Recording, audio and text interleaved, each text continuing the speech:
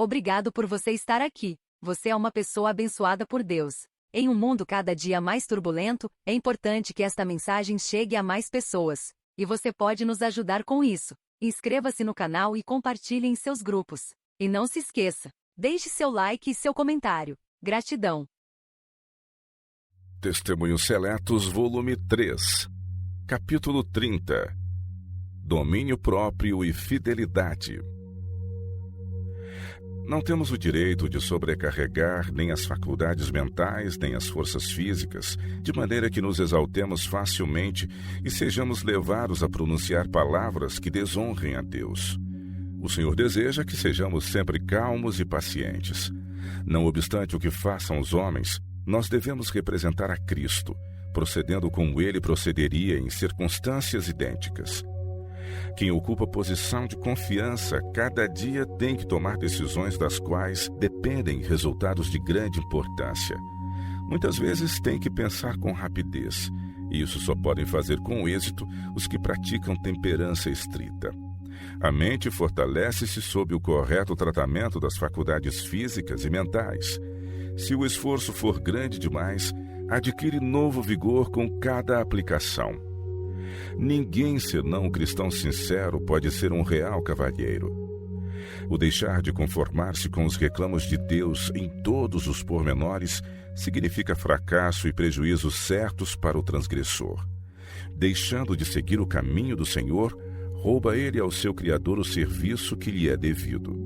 Isso reflete sobre si mesmo, deixa de conquistar a graça, a capacidade, a força de caráter que toda pessoa que tudo entrega a Deus tem o privilégio de receber. Vivendo apartado de Cristo, está exposto à tentação. Comete erros em sua obra para o Mestre, infiel aos princípios em coisas mínimas, deixa de cumprir a vontade de Deus nas maiores.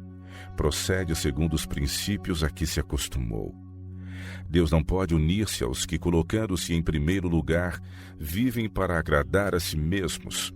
Os que assim procedem, no fim hão de ser os últimos de todos. O pecado que mais se aproxima de ser desesperançadamente incurável é o orgulho da opinião própria e o egoísmo. Isso impede todo o crescimento. Quando o homem tem defeitos de caráter e, não obstante, deixa de reconhecê-los, quando está tão possuído de presunção que não vê a sua falta, como pode então ser purificado? Não necessitam de médicos sãos, mas sim os doentes. Mateus 9, verso 12. Como pode alguém aperfeiçoar-se se já se considera perfeito?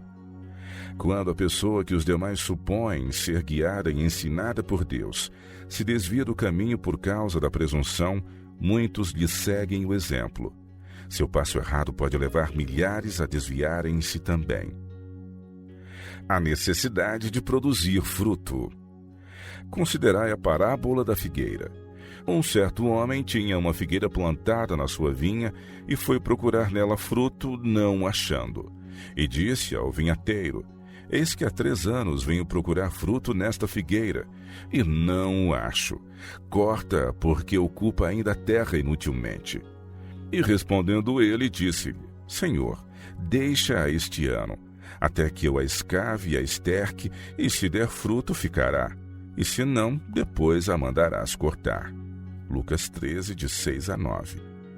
Depois, há nesta palavra uma lição para todos os que se acham ligados à obra de Deus. Foi concedido um período de graça à árvore que não produzia fruto. E da mesma forma tem Deus muita paciência com seu povo. Mas daqueles que tiveram grandes vantagens e se acham em posições de alta e sagrada confiança, e ainda assim não produzem fruto, diz ele: corta, porque ocupa ainda a terra inutilmente. Lucas 13, 7. Lembrem-se os que se acham ligados às instituições especiais do Senhor, de que ele exigirá fruto de sua vinha. Proporcionalmente às bênçãos concedidas, serão os produtos exigidos.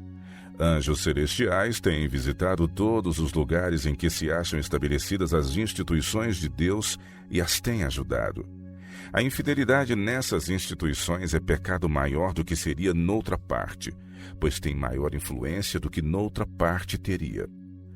Infidelidade, injustiça, desonestidade, conivência com o mal impedem a luz que Deus deseja brilhe de suas instrumentalidades. O mundo está observando, pronto para com rigor e severidade criticar vossas palavras, comportamento e transações comerciais. Todo aquele que desempenha uma parte na obra de Deus é observado e pesado na balança do discernimento humano. No espírito de todos aqueles com quem tendes contato, fazem-se constantemente impressões favoráveis ou desfavoráveis à religião bíblica. O mundo observa para ver que o fruto é produzido pelos professos cristãos. Ele tem o direito de esperar abnegação e sacrifício da parte dos que pretendem crer em avançada verdade. Tem havido e continuará a haver entre nossos obreiros os que não sentem necessidade de Jesus a cada passo. Julgam que não podem tomar tempo para orar nem assistir a reuniões religiosas. Têm tanto que fazer que não encontram tempo para conservar a alma no amor de Deus. Quando isso acontece, Satanás está em ação para criar vãs imaginações. Obreiros que não são diligentes nem fiéis produzem mal incalculável. Constituem-se em exemplo para outros. Em cada instituição há alguns que prestam serviço sincero, com disposição alegre, mas não os atingirá o fermento? Deverá a instituição ser deixada sem alguns sinceros exemplos de fidelidade cristã? Quando homens que pretendem ser representantes de Cristo revelam ser inconversos, de caráter grosseiro, egoísta, impuro, devem ser afastados da obra. Os obreiros precisam reconhecer a santidade do legado com que o Senhor os honrou. Motivos impulsivos, atos caprichosos, têm que ser postos de lado.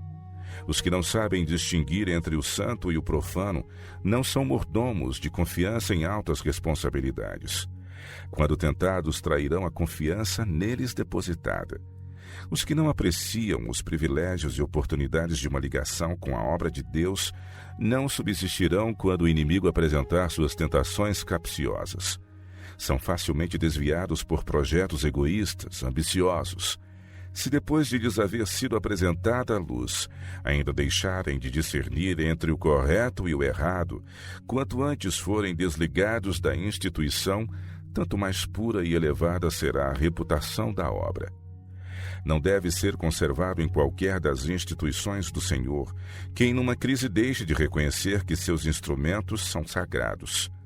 Se os obreiros não têm satisfação na verdade, se sua ligação com a instituição não os torna melhores, não lhes traz o amor da verdade, então, depois de prova suficiente, afastai-os da obra, pois a sua irreligião e descrença influenciam os demais. Por meio deles operam anjos maus para desviar os que entram como aprendizes. Deveis arranjar para aprendizes jovens promissores que amem a Deus. Mas se os puserdes em convivência com outros que não têm amor a Deus, estarão sob o perigo constante da influência irreligiosa.